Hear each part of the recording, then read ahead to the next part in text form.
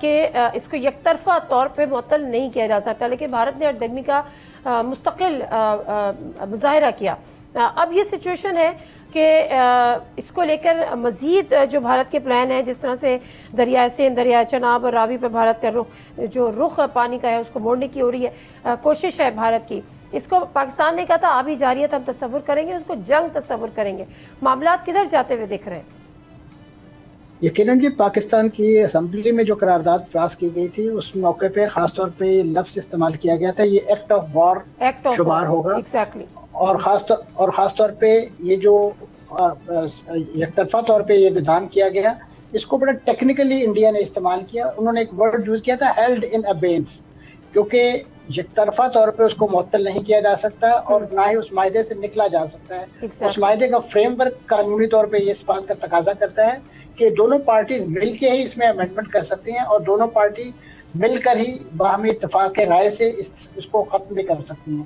تو لہٰذا بھارت نے جو ہیلڈ ان ابینس کی ٹرم یوز کر کے قانونی چارہ جوئی سے بچنے کا جو طریقہ اختیار کیا گیا تھا، وہ پاکستان نے بعد ازاں مختلف لیگل پلیٹ فارم پہ بھی اس کو کنٹیسٹ کیا، جو پاکستان کے حق میں فیصلہ آیا کہ یہ بات کہنا ہیلڈ ان ابینس اس بات کو جائز قرار نہیں دیتا کہ بھارت پاکستان کا پانی روکے۔ بھارت نے صرف پانی اپنے ہاں روکنے کی کارروائی نہیں کی، بھارت نے ہمارے جو مغربی ہمسایہ ہے جس کی وہ بڑی سرپرستی کرتے ہیں، وہاں پہ جو ایک انتہا پسند رجیم اس وقت موجود ہے اور پاکستان دشمنی میں اپنا ثانی نہیں رکھتی ہے، انہوں نے افغانستان کے اندر ڈیمز بنانے کے حوالے سے مختلف ایسے ڈیم کے جہاں سے پاکستان پانی کی طرف بہتا ہے، ان کو بھی بڑی سرمایہ کاری ان کے ہاں بھی کی ہے۔ ان کو نہ صرف ڈیموں کی صورت ہے بلکہ ان کی نام نہاد پارلیمنٹ کو بنانے میں انویسٹمنٹ ہے۔ بالکل ایسے ہی ہے۔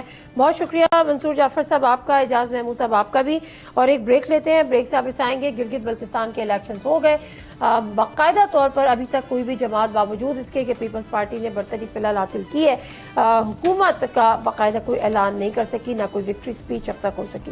کیا معاملات ہیں؟ نیر حسین بخاری صاحب اس سبھی گلگت میں موجود ہیں، ان سے گفتگو کریں گے۔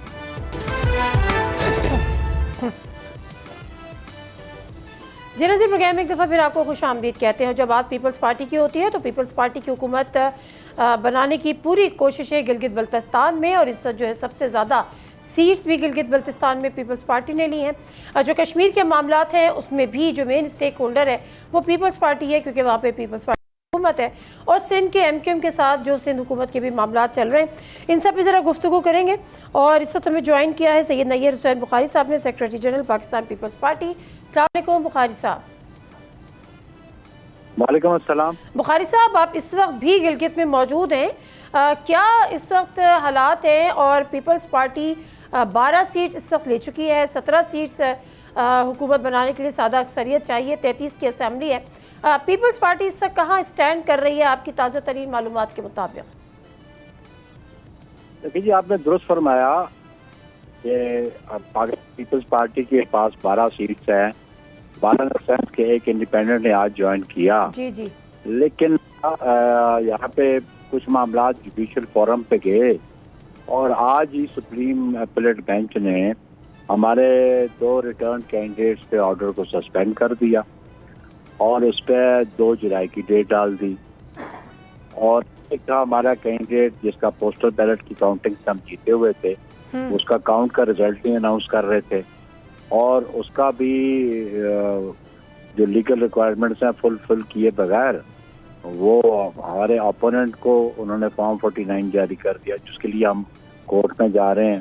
اور اس پہ چیف الیکشن کمشنر اس کو تو انہوں نے درخواست دی آئی پی پی کے جنرل نے، اور اس کو ایڈمٹ کر لیا اور ایکسیپٹ کر لیا اس کو آئی پی پی کا ممبر۔ لیکن لیگل پوزیشن یہ ہے کہ under the election laws, election act کے نیچے پولنگ ڈے سے ودن 14 ڈیز آفیشیل گزٹ میں رزلٹ اناؤنس ہونا ہے۔ وہ آفیشیل گزٹ ابھی تک اناؤنس ہی نہیں ہوا، اور پھر اس کے بعد آئینی طور پہ یہ بات ہے کہ آفیشیل گزٹ کے ودن 3 ڈیز انڈیپینڈنٹس کو چوائس ہوتی ہے، وہ سٹیج ہی نہیں آئی۔ چیف الیکشن کمشنر نے پری میچور ڈیسیژن کر رہے ہیں۔ تو یہاں پہ معاملات جو ہیں وہ آئین اور قانون کے مطابق نہیں چل رہے۔ یہاں پہ ڈائریکشن ملتی ہے